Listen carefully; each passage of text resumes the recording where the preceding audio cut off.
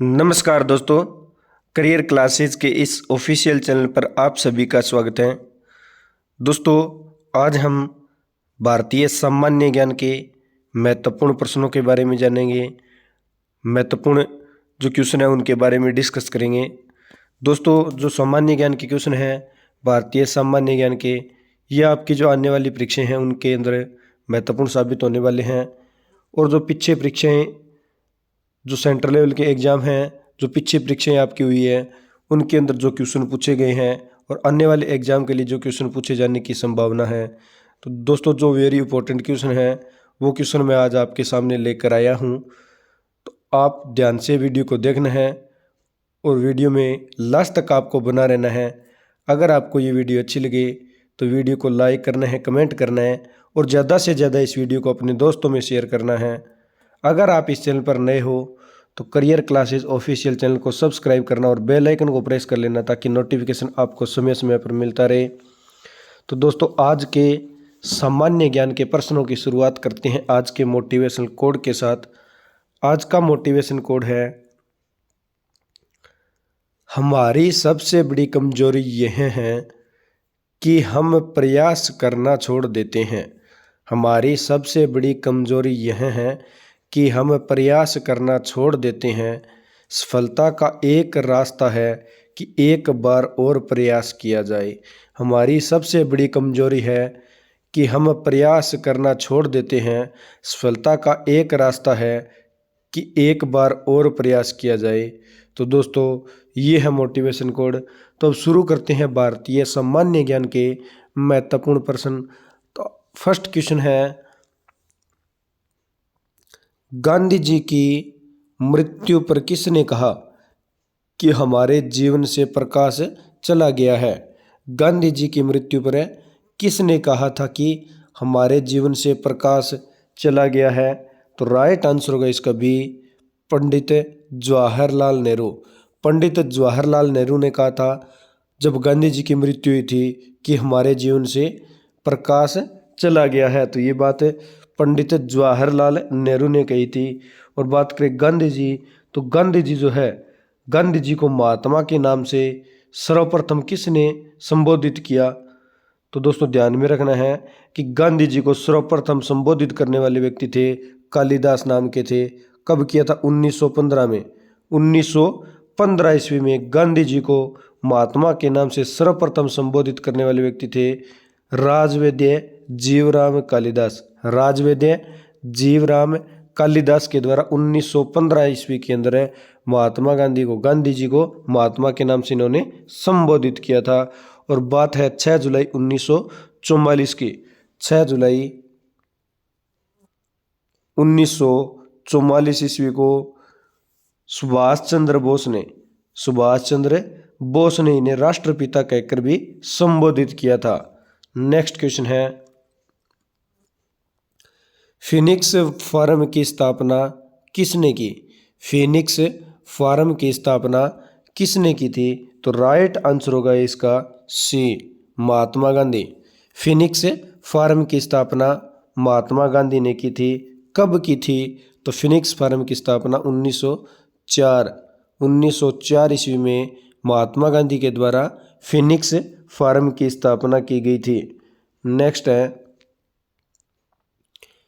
1947 के भारतीय राष्ट्रीय कांग्रेस के दिल्ली अधिवेशन की अध्यक्षता किसने की थी?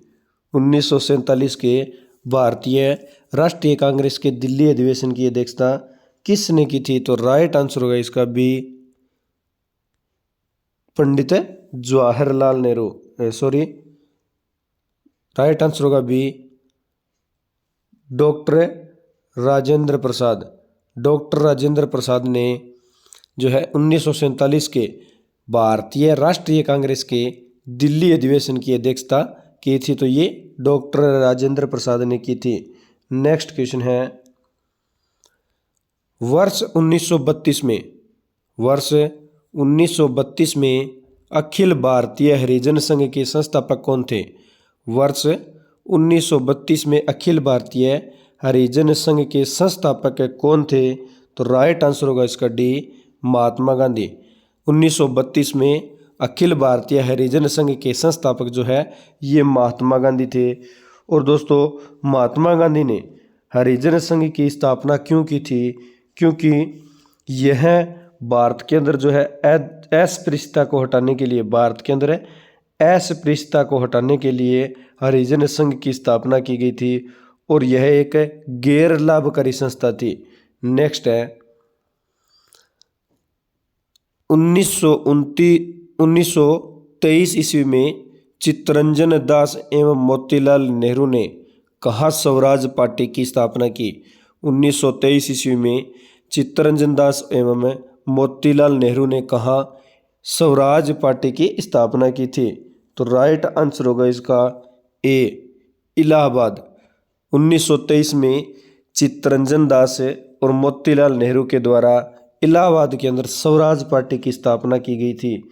और स्वराज पार्टी की स्थापना कब की गई थी? तो 1 जनवरी 1923, 1 जनवरी 1923 ईस्वी को यह स्थापना की गई थी। और दोस्तों बात करें तो इसके अंदर अध्यक्ष का जो पद है ये चित्तरंजन दास को मिला था और सचिव का जो पद है ये मोतीलाल को। तो चित्तरंजन दास इसके अध्यक्ष बने और इसके सचिव है ये मोतीलाल नेहरू बने थे। और ये 1 जनवरी 1923 ईस्वी को स्वराज पार्टी की स्थापना हुई थी। तो ये आपको ध्यान में रखना है। नेक्स्ट क्वेश्चन पे चलते हैं। कहाँ 21 अक्टूबर 1943 को स्वतंत्र भारत की आज़ाद हिंद सरकार की घोषणा की गई? कहाँ 21 अक्टूबर 1943 को स्वतंत्र भारत की आज़ाद हिंद सरकार की घोषणा की गई? तो राइट आंसर होगा ए, सिंगापुर के अंदर।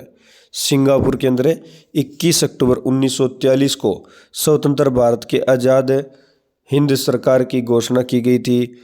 और आज़ाद हिंद यानी सिंगापुर के कैंथी सिनेमा हॉल के अंदर, सिंगापुर के कैंथी सिनेमा हॉल में सुभाष चंद्र बोस ने यह घोषणा की थी। तो घोषणा करने वाले व्यक्ति भी सुभाष चंद्र बोस थे, सुभाष चंद्र बोस। नेक्स्ट है किस पार्टी ने भारत छोड़ो आंदोलन का समर्थन नहीं किया था?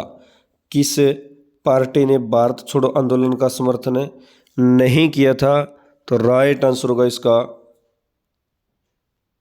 तो डी, ऑप्शन डी के अंदर कर लेना, उपयुक्त सभी, उपयुक्त सभी। तो राइट आंसर होगा इसका डी, उपयुक्त सभी। यानी किस पार्टी ने भारत छोड़ो आंदोलन का समर्थन नहीं किया? तो हिंदू महासभा ने, यूनियनिस्ट पार्टी ऑफ पंजाब ने और कम्युनिस्ट पार्टी ऑफ इंडिया, इन तीनों ने जो है समर्थन नहीं किया था। तो ये राइट आंसर है डी, डी के अंदर आप उपयुक्त सभी कर लेना। नेक्स्ट है हंटर आयोग की नियुक्ति की गई, हंटर आयोग की नियुक्ति की गई। तो राइट आंसर होगा सी, जलियांवाला बाग हत्याकांड के बाद हंटर आयोग की नियुक्ति जो है ये जलियांवाला बाग हत्याकांड के द्वारा हंटर आयोग की नियुक्ति की गई थी। और बात करें यानी जलियांवाला बाग हत्याकांड के बाद 1 अक्टूबर 1919 को, एक दिनांक है 1 अक्टूबर 1919 को लॉर्ड हंटर की अध्यक्षता में इसकी स्थापना की गई थी। हंटर आयोग की स्थापना 1 अक्टूबर 1919 को लॉर्ड हंटर की अध्यक्षता में इसकी स्थापना की गई थी। और इस आयोग के अंदर 8 सदस्य थे। हंटर आयोग में 8 सदस्य थे जिनमें 5 अंग्रेज थे और 3 भारतीय शामिल थे। नेक्स्ट है भारत छोड़ो आंदोलन कब प्रारंभ हुआ? भारत छोड़ो आंदोलन कब प्रारंभ हुआ था? तो राइट आंसर होगा इसका ए, भारत छोड़ो आंदोलन कब प्रारंभ हुआ था? तो राइट आंसर होगा ए, 9 अगस्त 1942 को। भारत छोड़ो आंदोलन 9 अगस्त 1942 को शुरू हुआ था और यह आंदोलन मुंबई के गोवा जो ग्वालियर टैंक मैदान है, मुंबई के ग्वालियर टैंक मैदान में गांधी जी ने अंग्रेजों से तुरंत भारत छोड़ने के लिए कहा था। अंग्रेजों से तुरंत भारत छोड़ने के लिए कहा था। तो भारत छोड़ो आंदोलन की शुरुआत 9 अगस्त 1942 ईस्वी को हुई थी। नेक्स्ट है, वह व्यक्ति जिसने अप्रैल को दिल्ली की जामा मस्जिद के प्रवचन मंच से हिंदू मुस्लिम एकता पर भाषण दिया। तो वह व्यक्ति कौन थे जिन्होंने अप्रैल के अंदर जो दिल्ली की जामा मस्जिद में मंच हुआ था उस मंच के अंदर प्रवचन दिए थे, यानी हिंदू मुस्लिम एकता पर इन्होंने भाषण दिए थे। तो उस व्यक्ति का नाम क्या है? तो राइट आंसर होगा ए, स्वामी श्रीदानंद। स्वामी श्रीदानंद ने यह भाषण दिया था। कब दिया था? तो 4 अप्रैल 1919 ईस्वी की बात है। 4 अप्रैल 1919 ईस्वी को। नेक्स्ट है, निम्न में किस पार्टी ने भारत छोड़ो आंदोलन का समर्थन नहीं किया? किस पार्टी ने भारत छोड़ो आंदोलन का समर्थन नहीं किया? तो राइट आंसर होगा डी। ये क्वेश्चन दोबारा रिपीट हुआ है, तो राइट आंसर होगा डी, इनमें से सभी, यानी इनमें सभी राइट आंसर होगा। उपयुक्त भी है, तो हिंदू महासभा ने भी किया था, और कम्युनिस्ट पार्टी ऑफ इंडिया और यूनियनिस्ट पार्टी ऑफ पंजाब। तो राइट आंसर इसका डी होगा। नेक्स्ट है, गांधी जी के निम्नलिखित अनुयायियों में कौन पेशे से एक शिक्षक थे? गांधी जी के अनुयायियों में कौन पेशे से एक शिक्षक थे? राइट आंसर होगा इसका A, J B Kripalani. J B Kripalani ये गांधी जी के अनुयायियों में से थे और ये पेशे से एक शिक्षक थे, जे बी कृपलानी। और बात करें जे बी कृपलानी, जो दोस्तों जे बी कृपलानी, ये इनका पूरा नाम है जीवटराम भगवान दास कृपलानी। जीवटराम भगवान दास कृपलानी। और 1947 में भारतीय राष्ट्रीय कांग्रेस के ये सदस्य भी रहे थे, और 1977 ईस्वी में जनता सरकार के गठन में अपनी अहम भूमिका निभाई थी। तो दोनों बातें ध्यान में रखनी है। 1947 में भारतीय राष्ट्रीय कांग्रेस के अध्यक्ष रहे, और 1977 के अंदर जनता सरकार के गठन में अहम भूमिका निभाई थी। नेक्स्ट क्वेश्चन है, भारतीय स्वतंत्रता संघर्ष के दौरान निम्न में से किसने फ्री इंडियन लीजन नामक सेना बनाई? भारतीय स्वतंत्रता संघर्ष के दौरान किसने फ्री इंडियन लीजन नामक सेना बनाई थी? तो राइट आंसर होगा बी, सुभाष चंद्र बोस। सुभाष चंद्र बोस ने फ्री इंडियन लीजन नामक सेना बनाई थी। नेक्स्ट है, दिल्ली के किस सुल्तान को इतिहासकारों ने विरोधों का मिश्रण बताया है? दिल्ली के किस सुल्तान को इतिहासकारों ने विरोधों का मिश्रण बताया है? तो राइट आंसर होगा सी, मुहम्मद बिन तुगलक। मुहम्मद बिन तुगलक को इतिहासकारों ने विरोधों का मिश्रण बताया है। तो मुहम्मद बिन तुगलक, तो इसका प्राचीन नाम अगर पूछे तो इसका नाम है जुन्ना खां। इसे जुन्ना खां के नाम से भी जाना जाता है। और इनका मुहम्मद बिन तुगलक नाम कब पड़ा? तो दोस्तों जब 1325 ईस्वी में 1325 ईस्वी में जब ये राज सिंहासन पर बैठे थे, यानी दिल्ली की गद्दी पर बैठे थे, तब ये अपना नाम मुहम्मद बिन तुगलक जो है नाम रख कर, यानी अपना नाम बदल कर जो है गद्दी पर बैठे थे। नेक्स्ट है, लोधी वंश का अंतिम शासक कौन था? लोधी वंश का अंतिम शासक कौन था? तो राइट आंसर होगा डी, इब्राहिम लोधी। लोधी वंश का अंतिम शासक है इब्राहिम लोधी था। और बात करें तो 1526 के अंदर पानीपत की प्रथम लड़ाई के अंदर जो है लोधी वंश का अंत हुआ था। पानीपत की प्रथम, यानी 1526 में जो पानीपत की प्रथम लड़ाई हुई थी, उस लड़ाई के अंदर लोधी वंश का अंत हुआ था और अंतिम शासक इब्राहिम लोदी थे। ये ध्यान में रखना है। अंतिम इब्राहिम लोदी थे। तो प्रथम शासक कौन थे? लोदी वंश के प्रथम शासक कौन थे? तो बहलोल लोदी। प्रथम शासक अगर पूछे तो बहलोल लोदी ये प्रथम शासक थे और इनके द्वारा 1451 ईस्वी में 1451 ईस्वी में लोदी वंश की स्थापना की गई थी। नेक्स्ट है, इनाम भूमि किसे दिया जाता था? इनाम भूमि किसे दिया जाता था? तो राइट आंसर होगा ए, विद्वान और धार्मिक व्यक्ति। विद्वान एवं धार्मिक जो व्यक्ति थे उन्हें इनाम भूमि दिया जाता था। नेक्स्ट क्वेश्चन है,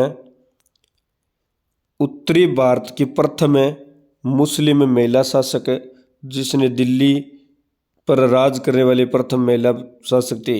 उत्तरी भारत की पहली महिला मुस्लिम महिला शासक कौन थी जिसने दिल्ली पर राज किया और दिल्ली पर राज करने वाली प्रथम महिला शासक थी? तो राइट आंसर होगा ए, रजिया सुल्तान। रजिया सुल्तान ये भारत की पहली जो है मुस्लिम महिला शासिका थी। भारत की पहली मुस्लिम महिला शासिका थी जिसने दिल्ली की गद्दी पर राज किया था, यानी भारत की पहली एवं आखिरी महिला सुल्तान रजिया सुल्तान थी। ये ध्यान में रखना है।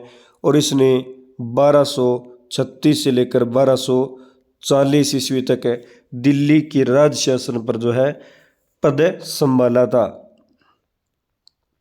नेक्स्ट है, दिल्ली के प्रथम सुल्तान कौन थे जिन्होंने दक्षिणी भारत को पराजित करने का प्रयास किया? दिल्ली के प्रथम सुल्तान कौन थे जिन्होंने दक्षिणी भारत को पराजित करने का प्रयास किया था?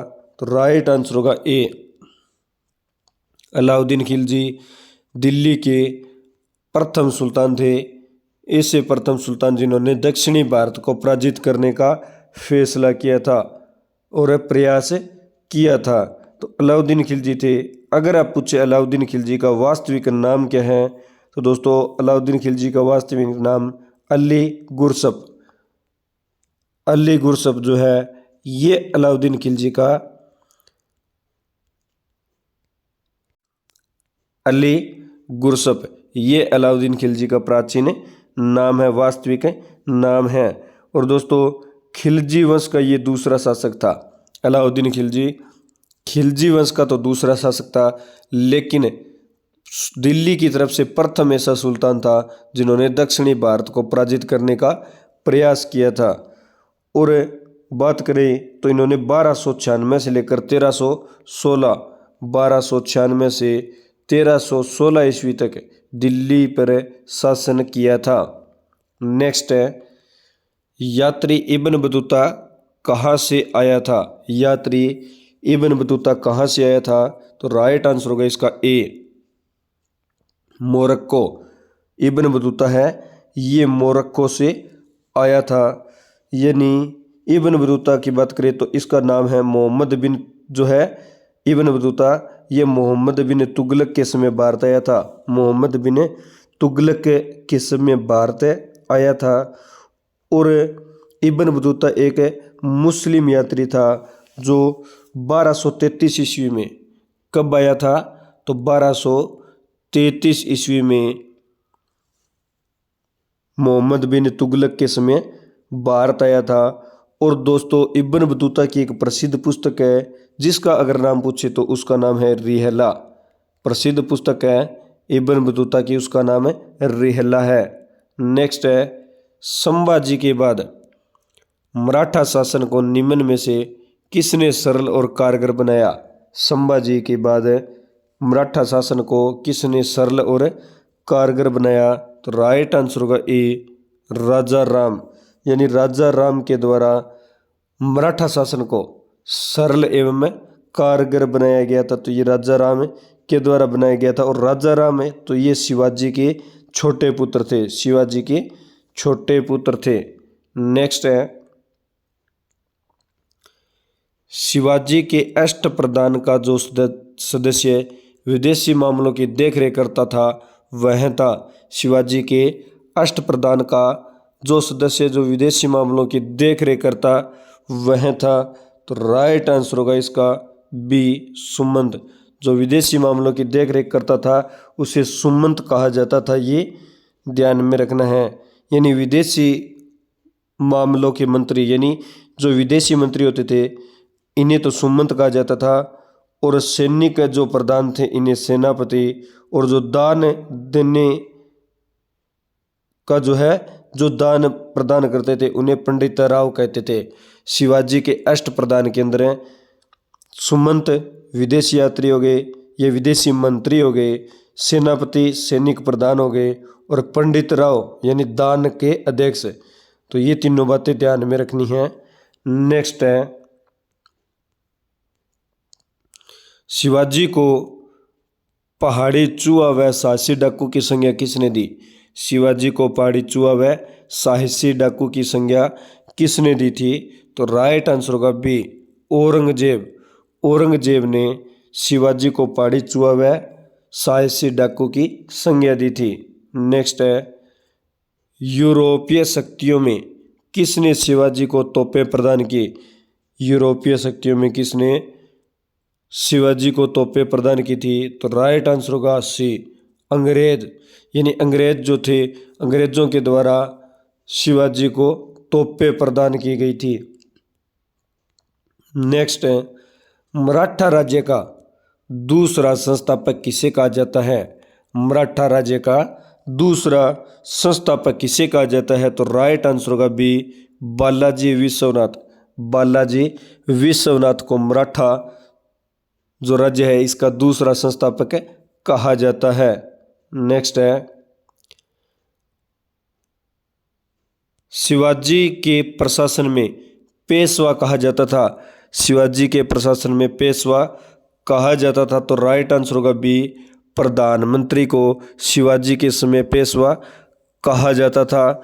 और दोस्तों जो प्रधानमंत्री है ये अष्ट प्रधान के अंदर यानी जो राजा थे, राजा के बाद ये प्रमुख थे, राजा के बाद इनका सर्वोच्च स्थान आता था, प्रमुख स्थान होता था। तो ये ध्यान में रखना है कि राजा के बाद शिवाजी के प्रशासन में प्रमुख स्थान किसका था? तो ये प्रधानमंत्री का था। नेक्स्ट है, निम्न में से गुरिल्ला युद्ध का पथ प्रदर्शक कौन था? निम्न में से गुरिल्ला युद्ध का पथ प्रदर्शक कौन था? तो राइट आंसर होगा सी, शिवाजी। गुरिल्ला युद्ध का पथ प्रदर्शक शिवाजी था। और शिवाजी यानी भारत में इस युद्ध के जनक भी, गुरिल्ला युद्ध के अगर जनक पूछे तो शिवाजी को भारत के अंदर गुरिल्ला युद्ध के जनक के रूप में जाना जाता है। और शिवाजी से पहले की बात करें तो भारत में सर्वप्रथम इसका प्रयोग, भारत के अंदर सर्वप्रथम जो गुरिल्ला पद्धति है इसका प्रयोग महाराणा प्रताप ने किया था। और महाराणा प्रताप ने अकबर के ये विरुद्ध इस पद्धति का प्रयोग किया था। तो ध्यान में रखना है कि शिवाजी को भारत के अंदर गुरिल्ला युद्ध जो पद्धति है इसके जनक के रूप में जाना जाता है, लेकिन प्रयोग करने वाले जो व्यक्ति है ये महाराणा प्रताप थे जिन्होंने अकबर के विरुद्ध गुरिल्ला पद्धति अपनाई थी। नेक्स्ट है, शिवाजी ने मुगलों को किस संधि के द्वारा किलों को हस्तांतरित किया? शिवाजी ने मुगलों से जो है कौन सी संधि थी? तो किस संधि के द्वारा किलों को हस्तांतरित किया? तो राइट आंसर होगा इसका बी, पुरंदर की संधि। मुगलों ने जो है पुरंदर, शिवाजी ने मुगलों को पुरंदर की संधि के द्वारा किलों को हस्तांतरित किया था। तो पुरंदर की संधि के द्वारा किया गया। तो पुरंदर की संधि कब हुई? तो 11 जून 1665 को, 11 जून 1665 ईस्वी को पुरंदर की संधि हुई थी। और पुरंदर की संधि किन किन के मध्य हुई थी? तो राजपूत शासक थे जयसिंह प्रथम, राजपूत शासक जयसिंह प्रथम, और मराठा साम्राज्य के शिवाजी के साथ जो है ये संधि, इन दोनों के मध्य पुरंदर की संधि हुई थी। शिवाजी और राजपूत शासक थे जयसिंह प्रथम, 11 जून 1665 ईस्वी को ये संधि हुई थी। नेक्स्ट क्वेश्चन है, शिवाजी को राजा की उपाधि किसने प्रदान की थी? शिवाजी को राजा की उपाधि किसने प्रदान की? तो राइट आंसर होगा ए, औरंगजेब ने शिवाजी को औरंगजेब के द्वारा राजा की उपाधि प्रदान की गई थी और कब की थी? तो 6 जून 1674। 6 जून 1674 ईस्वी को औरंगजेब ने शिवाजी को राजा की उपाधि प्रदान की थी।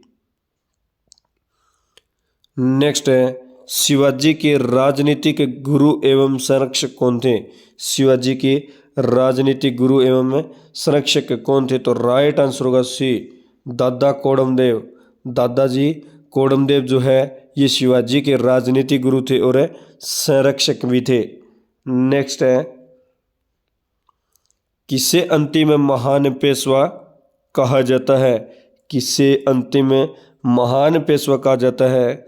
तो राइट आंसर होगा डी, माधवराव। माधवराव को अंतिम महान पेशवा के रूप में जाना जाता है, तो ये ध्यान में रखना है। तो दोस्तों आज हमने भारतीय सामान्य ज्ञान के महत्वपूर्ण क्वेश्चन थे उनके बारे में डिस्कस किया, मोस्ट क्वेश्चनों के बारे में जाना। दोस्तों अगर आपको ये सामान्य ज्ञान की वीडियो अच्छी लगी है तो वीडियो को लाइक करना, कमेंट करना और ज़्यादा से ज़्यादा इस वीडियो को अपने दोस्तों में शेयर करना।